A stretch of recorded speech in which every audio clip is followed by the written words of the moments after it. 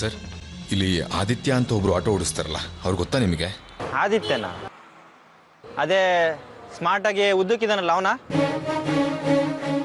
ಹೌದು, ಅವನೇ. ಎಲ್ಲಿದ್ದಾನ ಅವನು? ಇಲ್ಲ ಸರ್, ಇಷ್ಟು ದಿನ ಇದೇ ಆಟೋ ಸ್ಟ್ಯಾಂಡಲ್ಲಿ ಆಟೋ ಓಡಿಸ್ಕೊಂಡಿದ್ದ. ಇನ್ಮೇಲೆ ಇವರಲ್ಲಿ ಆಟೋ ಓಡಿಸಲ್ಲ, ಬೇರೆ ಊರಿಗೆ ಹೋಗ್ತಾನೆ ಅಂತ ಬೆಳಗ್ಗೆನೇ ಹೊರಟ್ಬಿಟ್ಟ.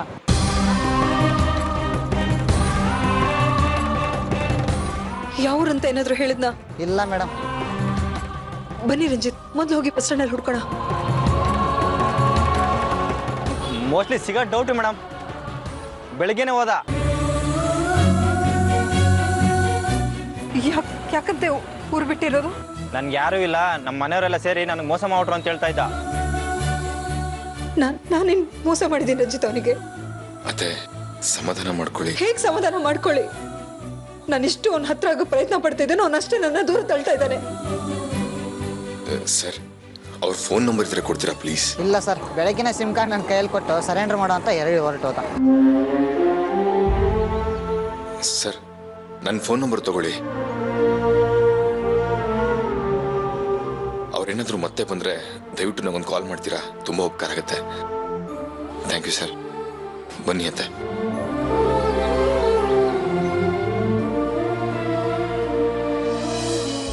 ನಮ್ಮೆಲ್ಲರ ಸಂಬಂಧನ ಶಾಶ್ವತವಾಗಿ ಕಳ್ಕೊಂಡು ಹೋಗ್ಬೇಕು ಅಂತ ಡಿಸೈಡ್ ಮಾಡ್ಕೊಂಡು ಹೋಗಿದ್ದಾನೆ ರಂಜಿತ್ ಅವನು.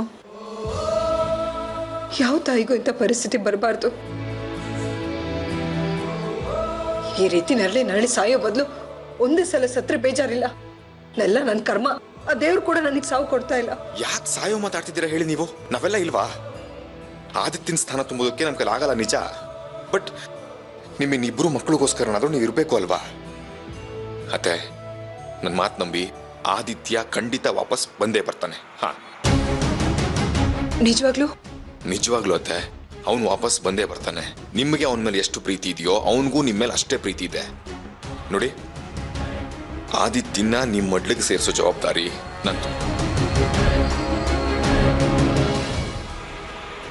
ಯಾವ ಜನ್ಮದಲ್ಲಿ ನೀವು ನನ್ನ ಮಗ ಹುಟ್ಟಿದ್ರೇನೋ ರಂಜಿತ್.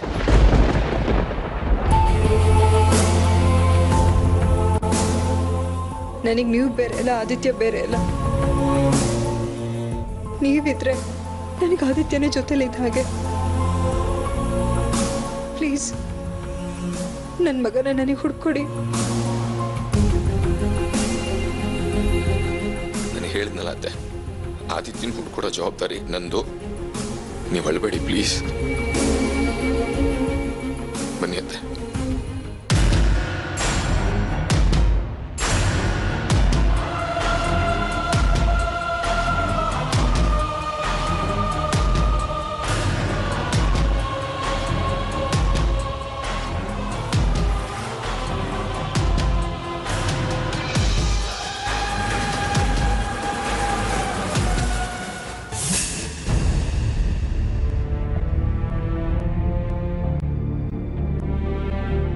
ಸೂರ್ಯ ಅವರೇ, ಆದಿತ್ಯ ಇದೆ, ಊರಿನಲ್ಲೇ ಇದ್ದಾನೆ. ಆಟೋ ಡ್ರೈವರ್ ಅವ್ರ ಮುಖ ಯಾಕೆ ನೋಡ್ತಾ ಇದ್ದೀರಾ? ಯಾಕೆ ಹೇಳ್ಬಾರ್ದಾಗಿತ್ತ? ಇನ್ನು ಎಷ್ಟು ದಿನ ಈ ಸತ್ಯನ ಮುಚ್ಚಿಡ್ಬೇಕು ಅಂತ ಅನ್ಕೊಂಡಿದ್ರಿ? ಎಲ್ಲರೂ ಹತ್ರನೇ ಗಂಡ, ಮಕ್ಕಳು, ಅಮ್ಮ ಎಲ್ಲರೂ ಸತ್ಯನ ಮುಚ್ಚಿಟ್ರು. ಕಾರಣ ಕೇಳಿದ್ರೆ ಮನ್ಸಿಗೆ ನೋವಾಗುತ್ತೆ ಅಂತಾರೆ. ಯಾವತ್ತಾರು ಒಂದಿನ ಸತ್ಯ ಗೊತ್ತಾದಾಗ ಮನ್ಸಿಗೆ ಎಷ್ಟು ಆಗುತ್ತೆ ಅನ್ನೋದು ಯಾರು ಯಾಕೆ ಅರ್ಥ ಮಾಡ್ಕೊಳ್ಳಲ್ಲ? ಒಂದ್ ಕಡೆ ಮಗ ದೂರ ಆಗ್ತಾನೆ, ಇನ್ನೊಂದ್ ಕಡೆ ಗಂಡ, ಮಕ್ಕಳು ಸತ್ಯನ ಮುಚ್ಚಿಟ್ಟು ನನ್ನನ್ನೇ ದೂರ ಮಾಡ್ತಾರೆ.